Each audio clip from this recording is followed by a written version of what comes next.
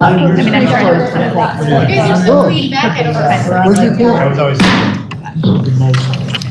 Senate will please come to order.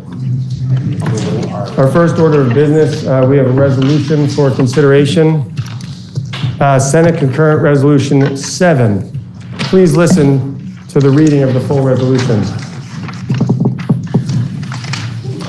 SCR 7. Senate Concurrent Resolution honoring Stephanie Barrett for more than a quarter century of public service excellence as a member of the Joint Fiscal Office staff. Whereas Stephanie Barrett is known to legislators and staff as a cheerful, helpful, and most importantly, knowledgeable member of the Joint Fiscal Office staff. And whereas the expert assistance she has provided to the Senate Appropriations Committee and to the entire Senate with respect to the Annual Budget Adjustment Act and the Big Bill has been essential in the development and ultimately the approval of these essential legislative enactments. And whereas with the utmost professionalism, she has responded to informational inquiries, explained the most obscure details and technicalities, and patiently drafted language for the committees and subsequently the entire Senate. And whereas Stephanie Barrett was raised in Braintree and journeyed south to Boston College for her education. And whereas in the summer of 1998, after working in several interim legislative staff positions, she became a full-time fiscal analyst, and her superb work resulted in an eventual promotion to the rank of Associate Fiscal Officer. And whereas while employed at the Joint Fiscal Office, Stephanie Barrett simultaneously earned a master's degree in business administration at the University of Vermont. And whereas her colleagues at fiscal offices in other states and at state legislatures and at the National Conference of State Legislatures, NCSL, recognized Stephanie's strong leadership potential, and she served admirably as the president of the National Association of Legislative Fiscal Officers, one of NCSL's 9 professional staff associations, and on the board and executive committee of NCSL, roles that carry great responsibilities.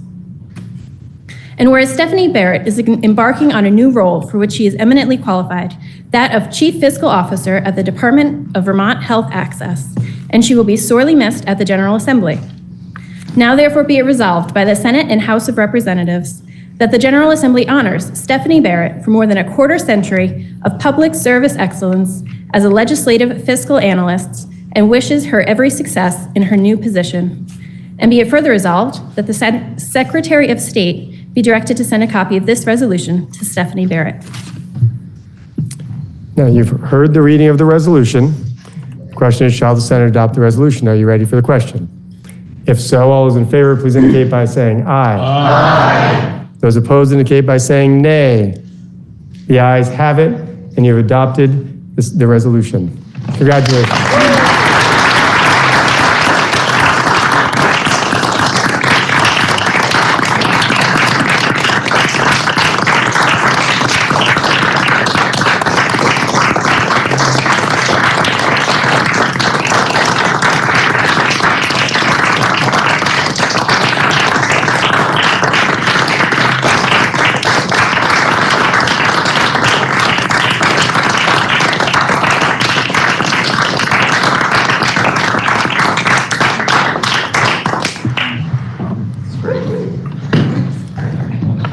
Senator from Chittenden Central. Thank you, Mr. President. There's nothing cuter than a shy person being honored by their Thank you. At this time, I would like to move us to H 494, which is the conference for the budget. I believe we have to, is it on action? It is on action. Look at that. We now have for consideration H 494, the Committee of Conference report. The question is, shall the Senate accept and adopt the report? But before we take that vote, I think we'll hear from the chair of the Conference Committee, the Senator from Caledonia. Thank you, Mr. President. At this time, I would like to move to suspend the rules and permit the gentleman in the chamber the permission to remove their jackets. I am carrying on the tradition of former Senator White, and the day has gotten warmer as the day has gotten longer. And so I would move to suspend the rules for that public health purpose. Might I ask for clarification? You did say for the gentlemen to remove their jackets. Well, I recognize there are some gentle ladies who also wear anyone jackets. who has a jacket and would like to remove their jacket should be permitted to do so. Now, the senator from Caledonia has moved that anyone wearing a jacket may be permitted to, has asked that the Senate suspend its rules in order to allow anyone wearing a jacket to remove their jacket to keep everyone in the room healthier. Are you ready for the question? If so, all those in favor, please indicate by saying aye. Aye. Those opposed indicate by saying nay. The ayes have it, and the Senate has suspended its rules to allow folks to take their jackets off. Okay, sir. Oh, you look great. You really should have moved your jackets. How do you want me to say? He approves. Now, we will try to maintain order. For the report of the Committee of Conference on H494, the senator from Caledonia. Thank you, Mr. President. I guess this is an indication that the session is coming to a close. I would like to have distributed, if that has not been done already, documents for the presentation, and they would be a number of documents in the pile. One is the one-page summary that really gives the highlight. The other document is on housing investments. The third document is the web page that helps you just see the fairly small number of changes that we've made to base appropriations. And then if you are really into a lot of reading, there is the addendum, and of course there's a lot of language that comes with the budget as well. And then the last item, which will also be distributed as an addendum to the report, the Committee of Conference. A small error was identified, and actually it was something related to the budget adjustment, and it has to do with an obligated amount of $2.5 million that was transferred by the Emergency Board. We just need to get the money appropriated so that it can go back to the adjusted education payment. So that addendum is simply a very technical addition to the addendum to the Senate calendar. So that, and then there's this report, which should be helpful to go with the web report. The web report is where we've made changes to base appropriations, and then this document helps track what we have done for one-time appropriations. And as you know, one-time appropriations have been possible because of the higher than projected or forecasted revenues in this fiscal year. And so we've been able to make investments for one-time expenditures that do not require ongoing support, financial support. I have gone through, and I guess the first thing that I would go through is where we have made changes to the base appropriations in the Committee of Conference process. And that would be what you would see in the web report, but I've tried to go through and extract, so make it easier for you, what we have added since the budget was passed out of this body. First of all, last year we created an Office of Health Equity, but we did not staff it. And the commission that was created had a report that came in February indicating that staffing and the grants that were anticipated to be supported by this office never had been addressed. So you're going to see in the web report that we have added 2 positions for the Office of Health Equity, and that is $250,000. There's also language in the E100.1 section. We also increased the Farm to Plate, which is through the Sustainable Jobs Fund, by $100,000. That was important to the other body, and so we've agreed. to increase funding for that program by $100,000. We also know that over half the primary care that is provided to Vermonters is through our federally qualified health centers. And we had done a 10% increase for the independently practicing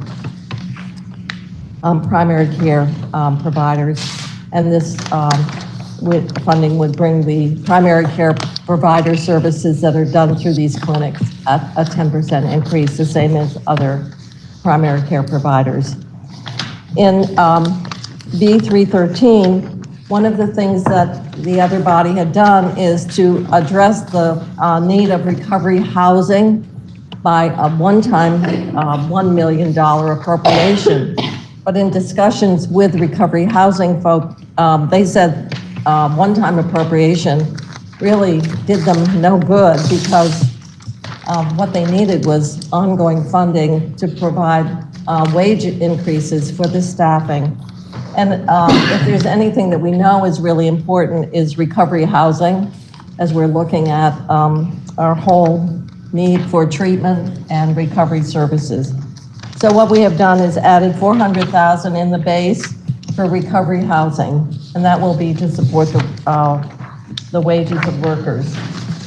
The other area that we also increased base funding, and we had used one-time money, but discovered that in fact, the bridge to where we thought it was going to go was going to be a bridge to nowhere. So we are recognizing the importance of mentoring Vermont as one of our primary prevention services that we give to groups to our youth that are really sometimes experiencing very significant difficulties at home or at school. And so this would bring the funding, and that was $480,000. Another area of base spending came out of S100, and we simply had not included it, and that's home share of $200,000. And home share helps match people with individuals, oftentimes seniors, who have housing, and to have someone live with them allows them to stay at home, but it also provides housing to the other person. And certainly for many people who have large homes, it's great to have more than just a single individual in them.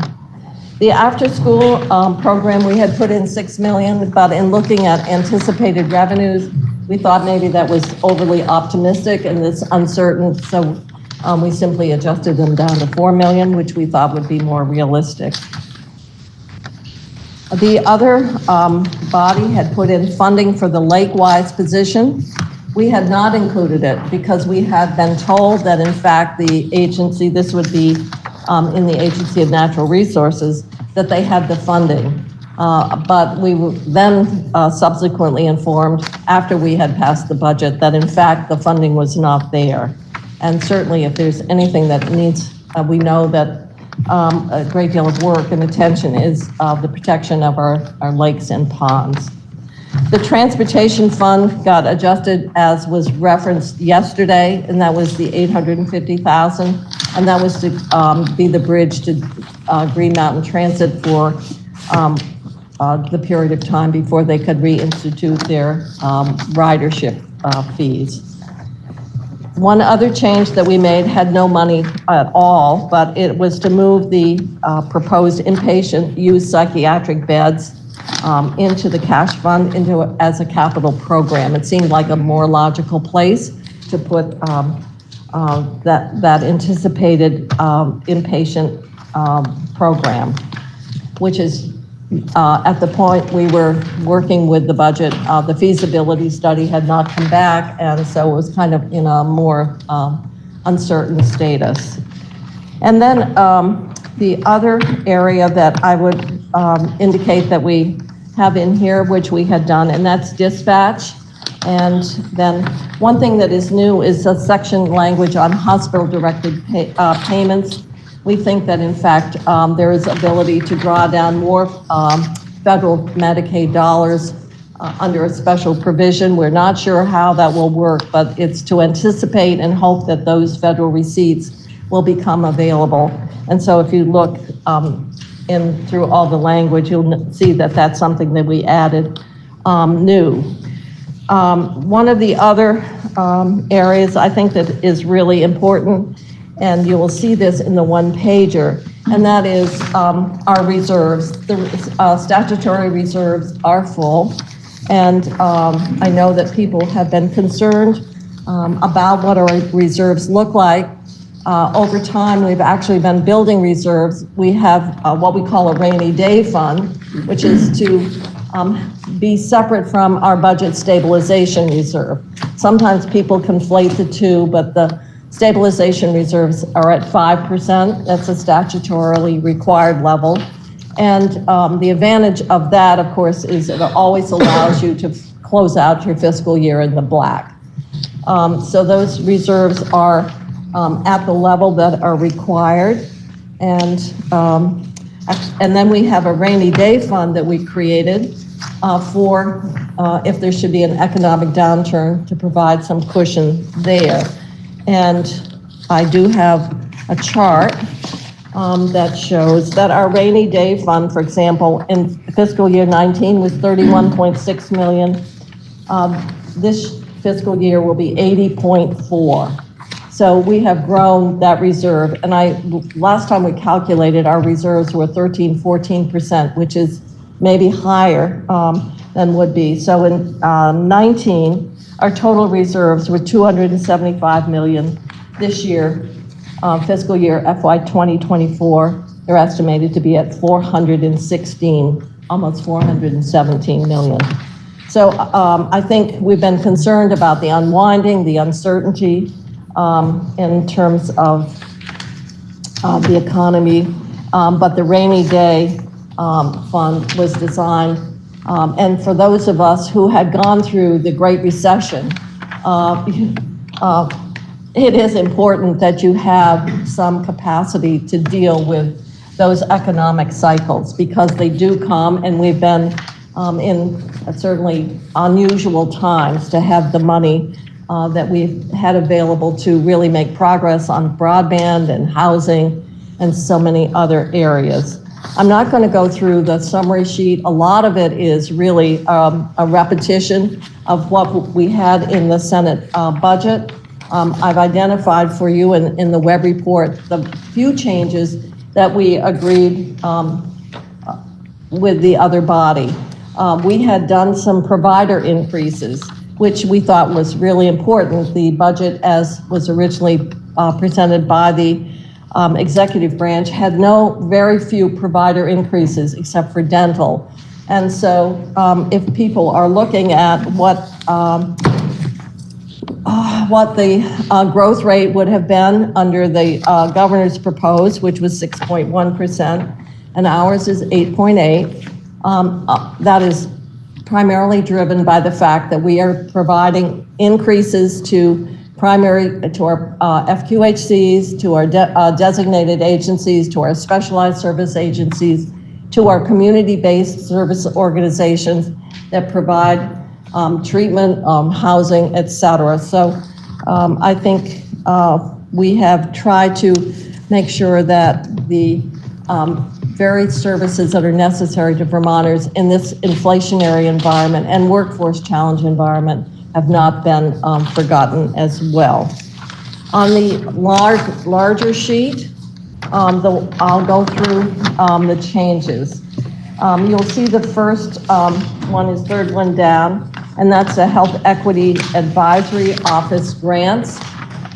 We had set aside $500,000. Once that office gets set up and the staffing is there, right now it is housed at the Agency of Administration, but we really need to look at a logical place organizationally for that office to be hosted, so to speak.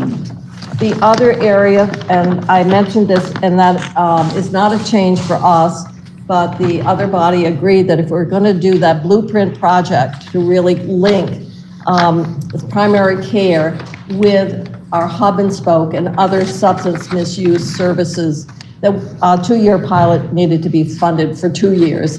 The budget, as we received it, had it 1, and we were very clear in our budget, if you're going to start a 2-year pilot project, we should fund it.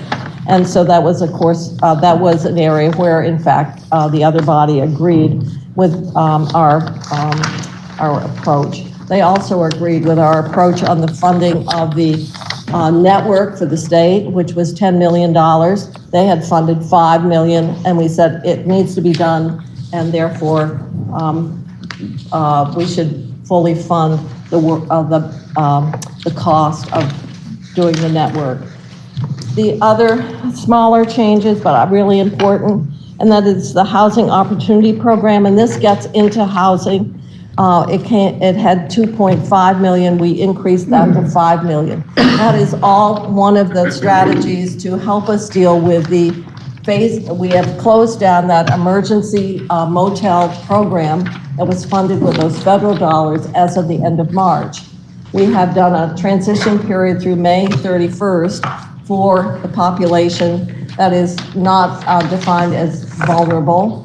And then July 1st, we're moving to back to our other program of general assistance. However, there's been great concern, and I would point out in the language, it's on page 87, where we have really put together what we feel is really necessary, and that is to put out very clearly that our intent is to have every program and every department in state government to come together and to work with the population that is currently in motel living. We have learned that some of the individuals, and they're all very different, some are families, we've discovered that some in fact qualify and have health conditions that are at a nursing home level. We have funded a 79% increase in residential care programs, which should also help for individuals that have mobility and serious health issues. So what we need to say is to every department, whether it's aging and independent living, whether it's DCF, whether it's ACCD, whether it's the CAPS, our Office of Economic Opportunity, everybody has really got to come forward. Now, in addition, we have money that is really flexible. We are realistic that the 1st of July, there will be situations that need to have an individualized response. And there is money, there's $10 million specifically to go out for that. But you'll see on the housing page that the ways in which we are attempting our efforts to address housing really are many, many strategies, whether it's increased reimbursement to recovery centers, to the additional money that we have put in for emergency housing, the money that we have put into VHCD to bring other housing online, to develop emergency housing, as well as the support systems that are necessary. And you'll see that we're holding, in each area, there's an Agency of Human Services regional director. And it's where is that locus of accountability to make sure that those plans and everyone who has got to have a role is all coming together. So I think that in total, we are doing everything that we have thought of to help support that transition from what we put in place before as a result of COVID for a public health emergency to really recognize that that was a program time limited, but we have to put together a sensible and funded transition plan. And if you look, I think you'll see that there's a lot of money that is going out into communities, going out, but ultimately there is the ability to, on the individual basis of each case, if a determination is made that in fact that emergency housing can be provided. So it's not as though there's not the ability or the flexibility to make those kinds of decisions. The other area that I know is going to be disappointing to some on economic development, but one of the things that we did not fund because we thought we could somehow work out with the Agency of Education the funding, and that was for adult basic education. And so we had language, the House had put in 1.5 million. We discovered that in fact, a lot of the higher cost of adult basic education was to provide educational services to new Americans. And so you will see that we had to move the $1 million for relocated workers to support, I guess, newly relocated workers who are here but do not have English as their first language. And we were quite surprised the extent to which our adult basic education services are a resource to prepare those new Americans for the workforce. And certainly, if we look at workforce, what we've discovered in state government is the highly technical, the engineers and so forth at A&R, we don't have a problem hiring them. But where we have the problem hiring them are the jobs that are much more universally in demand, whether they might be in accounting or other support kinds of positions. So we ended up saying we needed to provide and get those workers prepared to enter the Vermont workforce.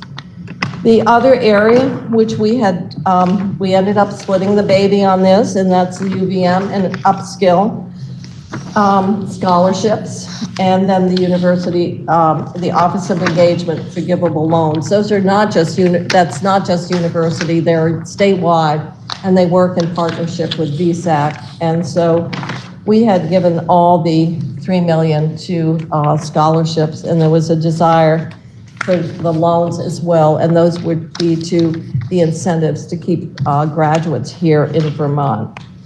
Something that was very important to the other body, and they had put in, I think it was 600,000.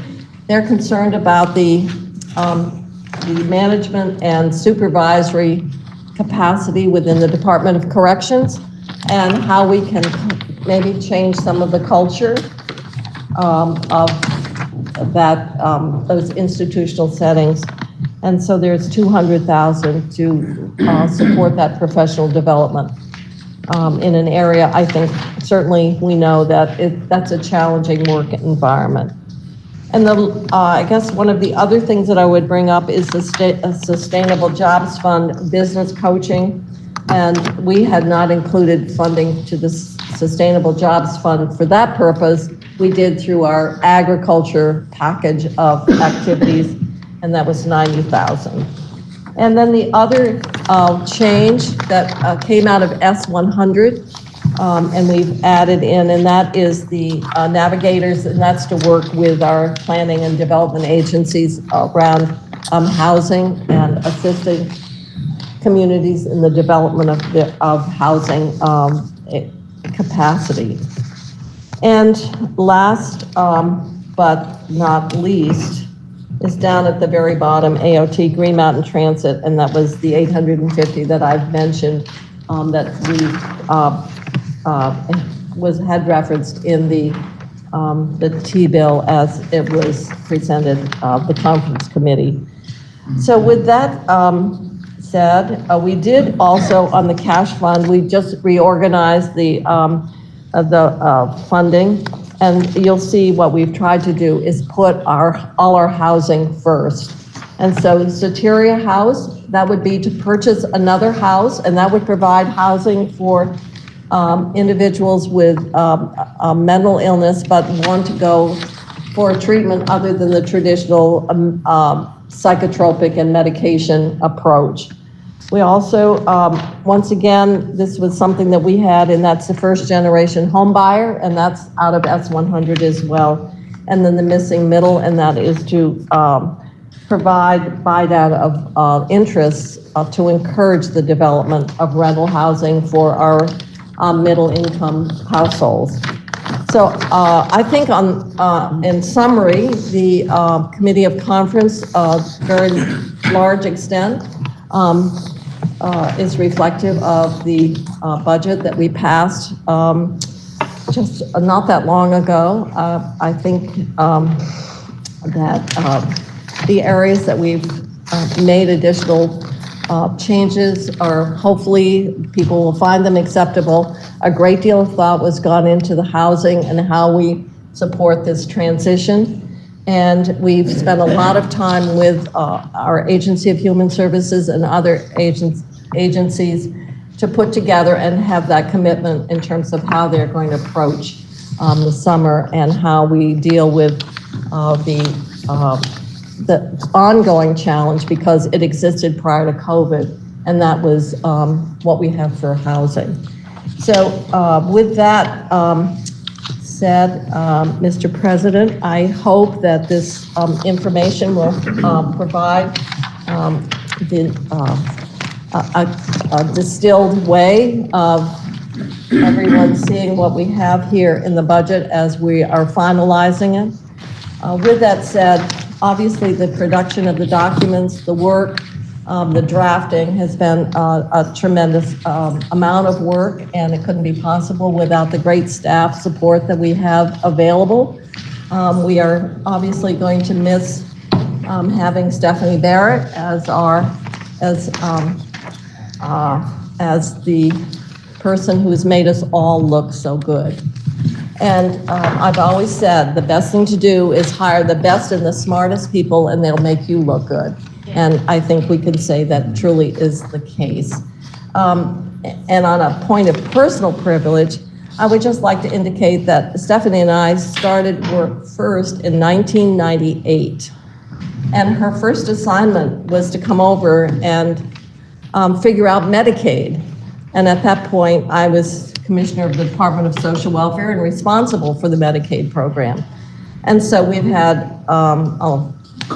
a long working association, and so it's kind of ironic that she's going to go over to DEVA, which is now the latest generation of Medicaid, and so we still get to have the benefit of all that experience. So with that said, Mr. President, this is your Committee of Conference report, and I hope the body will concur. Thank you. Senator, if you might, we don't take any special motion to include the addendum, but if you might reference that for a moment, I think that would be appropriate. I thought I did. If you did, I missed it. At the very beginning, I You probably did. It was a technical correction, and it had to do with the $2.5 million approved by the emergency board, and to have it reappropriated so that it can go to the adjusted education payment. So I apologize. I referenced it at the beginning of my remarks. I don't think you need to apologize. That would be on me to apologize. And it might be that I'm always so impressed that you have no notes and you do that in a way that certainly makes me jealous. I assume that may be true of many, the knowledge. In any case, the question is, shall the Senate accept and adopt the report of Committee of Conference on H494? Are you ready for the question? Senator from Windsor. That's fine. No apologies. I would just like to ask the reporter of this bill a question, if I may. The senator from... I heard her discuss it during the course of her presentation, which was wonderful, and you're right. So impressive, done with no notes. We are all impressed.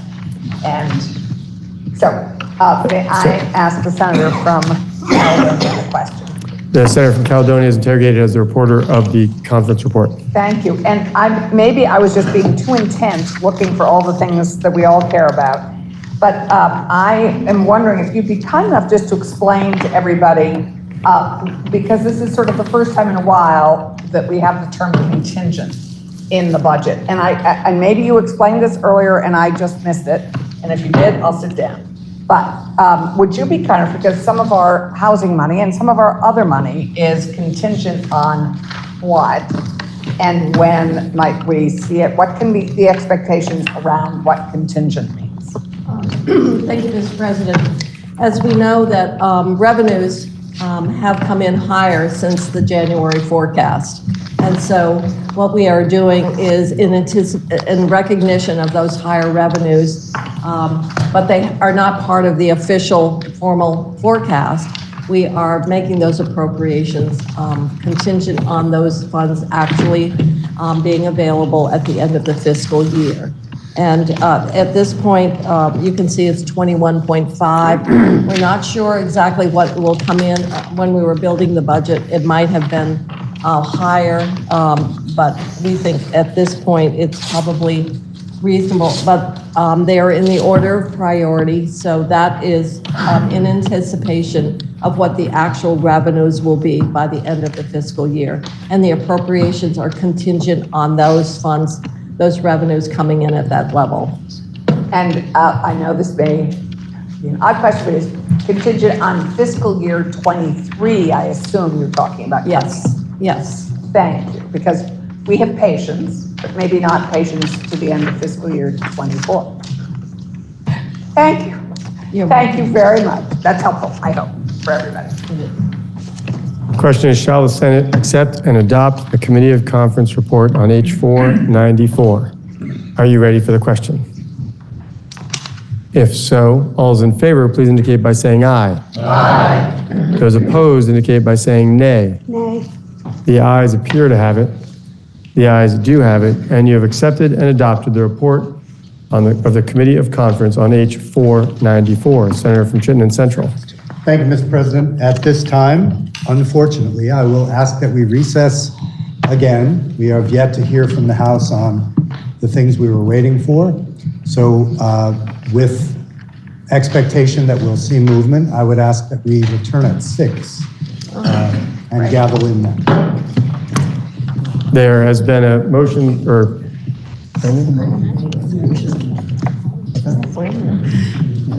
so there's been a motion to take recess until 6 p.m. Are you ready for the question? If so, all those in favor, please indicate by saying aye. Aye. Those opposed indicate by saying nay, and the ayes have it, and the Senate will stand in recess till 6 o'clock.